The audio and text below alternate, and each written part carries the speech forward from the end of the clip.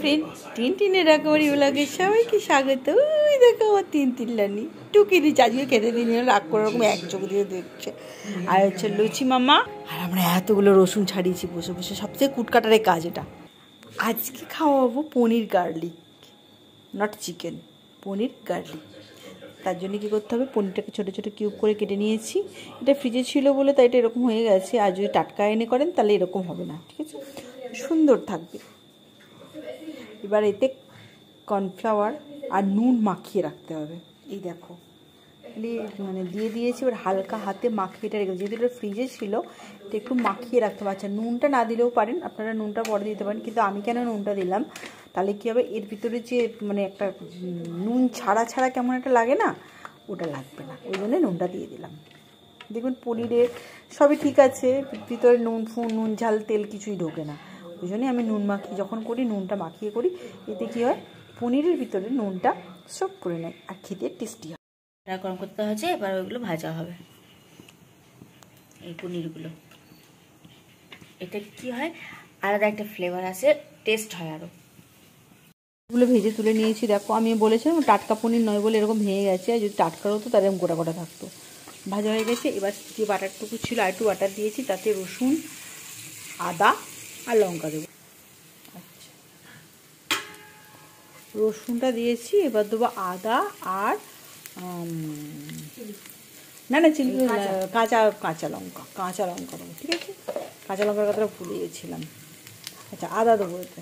এই সামান্য ভাজা হয়ে গেছে, এবার এটা আদা দেবো। হ্যাঁ, আর একটু আদা লাগবে।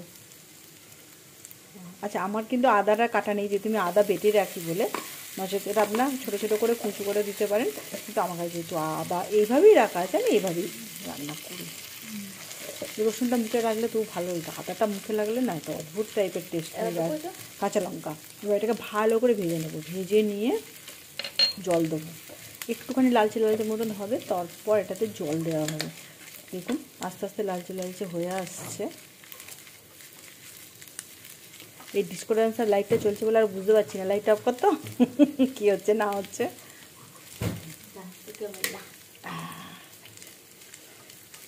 মোটামুটি কিন্তু এটা ধিমি আছে হবে, হ্যাঁ, এটা দিলে পুড়ে যাবে, যেহেতু আদা তো তখন ফুটে ভাব চলে আসবে আদাটার জন্য। নাহলে রসুনটা আপনারা আগে ভেজে নিয়ে কাজটা করতে পারেন, কিন্তু একই হবে। কি আচ্ছা এইটা, আচ্ছা এইটা একটু জল দিয়ে গুলে দেন।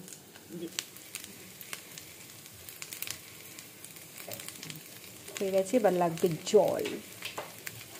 দেখো ভাজা একদম হয়ে গেছে, এতে জল দে, এবারে এতে জল দে,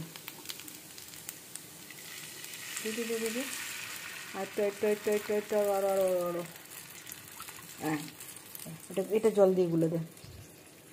আচ্ছা, এটা যখন জল দেওয়া হলো, বাস এবার এতে পড়বে চিলি ফ্লেক্স, আর চিলি ফ্লেক্সের সাথে পড়বে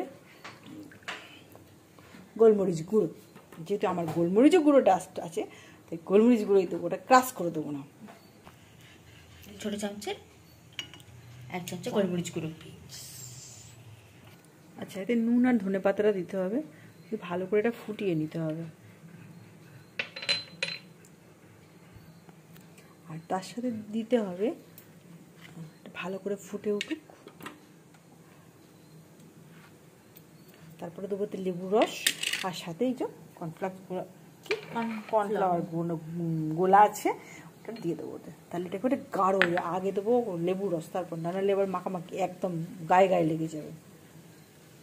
স্বাদ মতো নুন মিষ্টি দিতে পারেন, যে যেমন খান। এই যে এটা লেবু রসটা দেওয়া হলো, এবার এটা ভালো করে নাড়ুচাড়ু করে নেবো। তারপর দেবো এইটা কর্নফ্লেক্স গুঁড়োটা, এটা এক্ষুনি গাঢ় হয়ে যাবে না, করতে করতে খুব সুন্দর একটা গাঢ় হয়ে যাবে, তখন দিয়ে দেবো পনিরগুলো। হয়ে গেছে, এই দেখো গাঢ় হয়ে গেছে। আচ্ছা, যখন উবালিছে আর একটু বাটার দিতে হবে, বাটার দিয়ে গুলে নেওয়ার পর পনিরগুলো সব দিতে হবে। হয়ে গেছে এটা।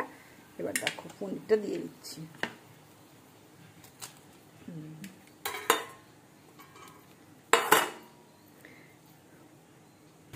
এই দেখো পনিরটা দিয়ে দিচ্ছি। এবার এটা ফুটে গাঢ় গাঢ় যখন হবে নামিয়ে নেব।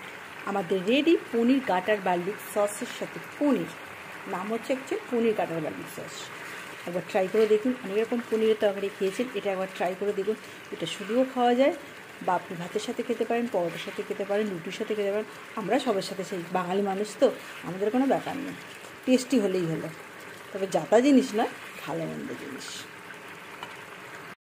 জন্যে রেডি পনির, পনির গার্লিক বাটার বা বাটার গার্লিক পনির, যেটা নাম দিতে পারেন, কিন্তু খুব সুন্দর টেস্ট। আমি ট্রাই করলাম, আপনারাও করুন।